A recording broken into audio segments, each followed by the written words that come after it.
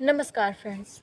A thing the value of which was zero around 10 years back, and today's its value has touched almost 15 lakhs. I'm talking about Bitcoin that has recently touched its all-time high price points, due to which it is being talked about in the market and the media again. So I thought it would be the right time to make an educational video on it. Explain to you what Bitcoin actually it is and what its history. Merely 12 years ago, on 31st October 2008, a person named Satoshi Nakamoto published a paper on internet. Santoshi means motive was clear, evident from the first line of the paper, a version of electric cash that would allow payments to be sent directly from one party to another without going through a financial institution. Cryptocurrency is a digital asset over which central banks or financial institutions have no control or regulations. For instance, US dollar is controlled by the Central Bank of US. The Indian rupees is controlled by the RBI. But there is no central bank or any main official institution that control the Bitcoin or cryptocurrency. Blockchain back then cryptocurrency was merely an idea in a mind of that person, but now there is a trading worth lakhs and crores on its crypto exchange, just like shares and traded on the normal stock market. In order to understand the paper of Satoshi and the context of cryptocurrency, will have to understand some concept of our economic history. Our financial system are based on trust. The currency notes and coins have value in our society because they are guaranteed by the government and the central bank. Take a look at any note in your wallet. For example, a 200 rupee note. It reads, I promise to obey a bearer a sum of 200 rupees. This is a promise made by the governor of the central bank. There is his signature right below. This note holds on no value without this promise or guarantee. This note will be reduced to an ordinary paper if it does not carry this signature. There is a small but interesting story in this context. After the Second World War, America became the most powerful country in the world, and the rest of the countries uh, have to align to currency with the US dollar.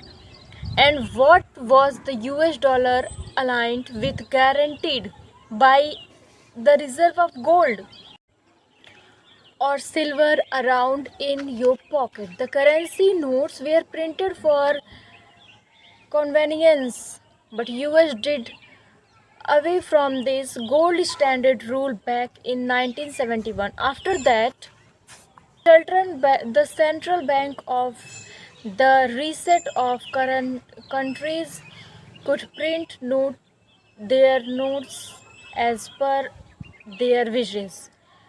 But what do cryptocurrencies and bitcoins have to do with this?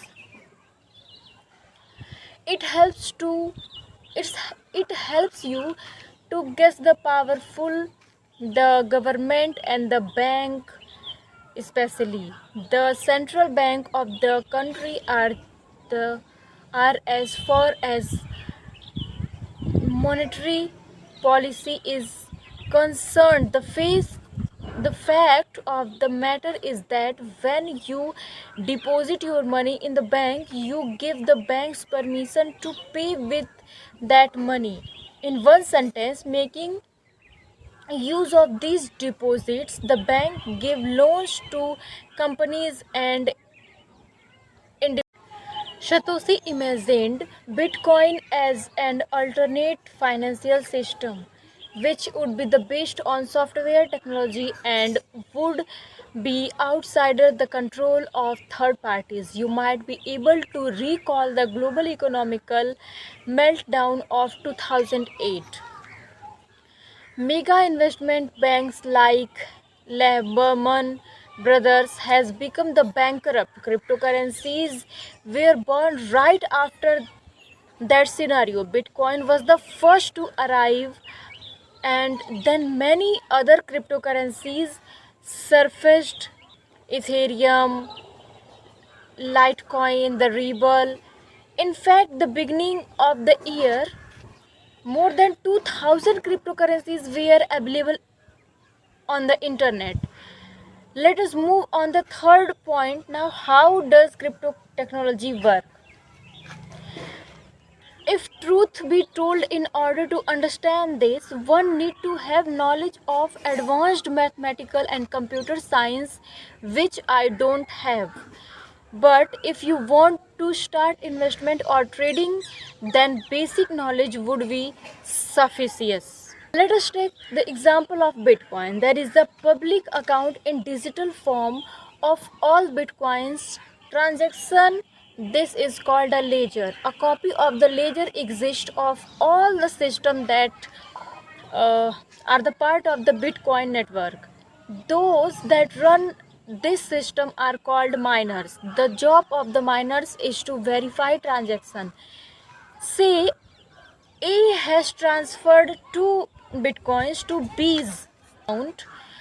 Miners will have to confirm whether A actually does have 2 bitcoins in his account or not. To complete the transaction, miners will have to solve a complicated mathematical question.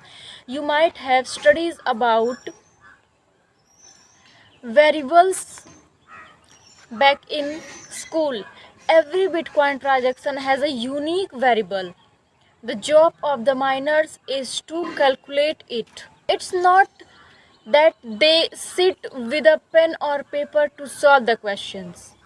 All these calculations are carried on the computer automatically because they are extremely complicated and their combinations run in crores, which is why these miners require computers is very complex and high processing power. Once the equation is solved, the other computers within the network confirm it and transaction is added to the chain.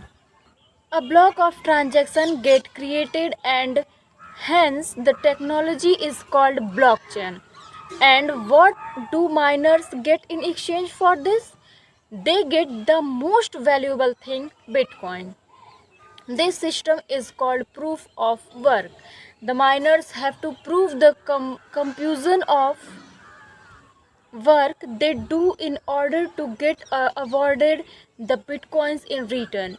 If all the explanation went straight about the head like a bouncer, then do not worry, because understanding the philosophy version of future of crypto technology is far more important than understanding the working of crypto technology.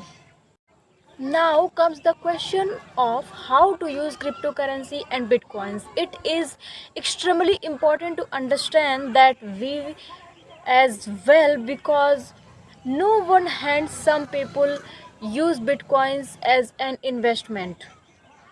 Video we will talk about Bitcoin as alternative currency and present day uses of Bitcoin, the negative points of Bitcoin, and how to invest in it. Thank you so much.